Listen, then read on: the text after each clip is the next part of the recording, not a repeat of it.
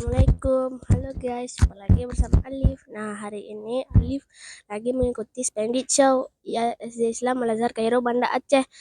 Jadi ini adalah seperti acara perpisahan bagi orang yang mau lulus atau orang kami yang kelas 6. Nah, jadi Alif hari ini mudah-mudahan soalnya nanti ada beberapa penghargaan, mudah-mudahan Alif dapat menjadi salah satu yang dapat berdiri di atas panggung untuk menerima penghargaan tersebut.